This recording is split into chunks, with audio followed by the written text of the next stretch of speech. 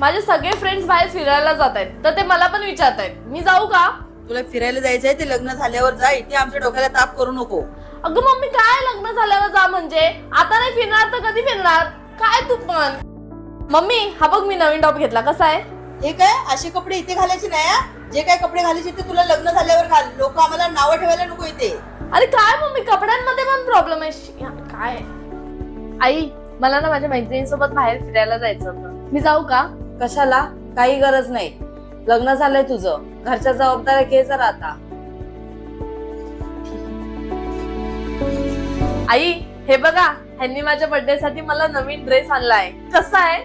अरे देवा, अगं बाई तुझं आता लग्न झालं आहे, तू का आता असे कपडे घालणार आहेस का. समाजात आमचं नाव आहे, असे कपडे घातलेले मला चालणार नाही. ठीक आहे आई. हे सर्व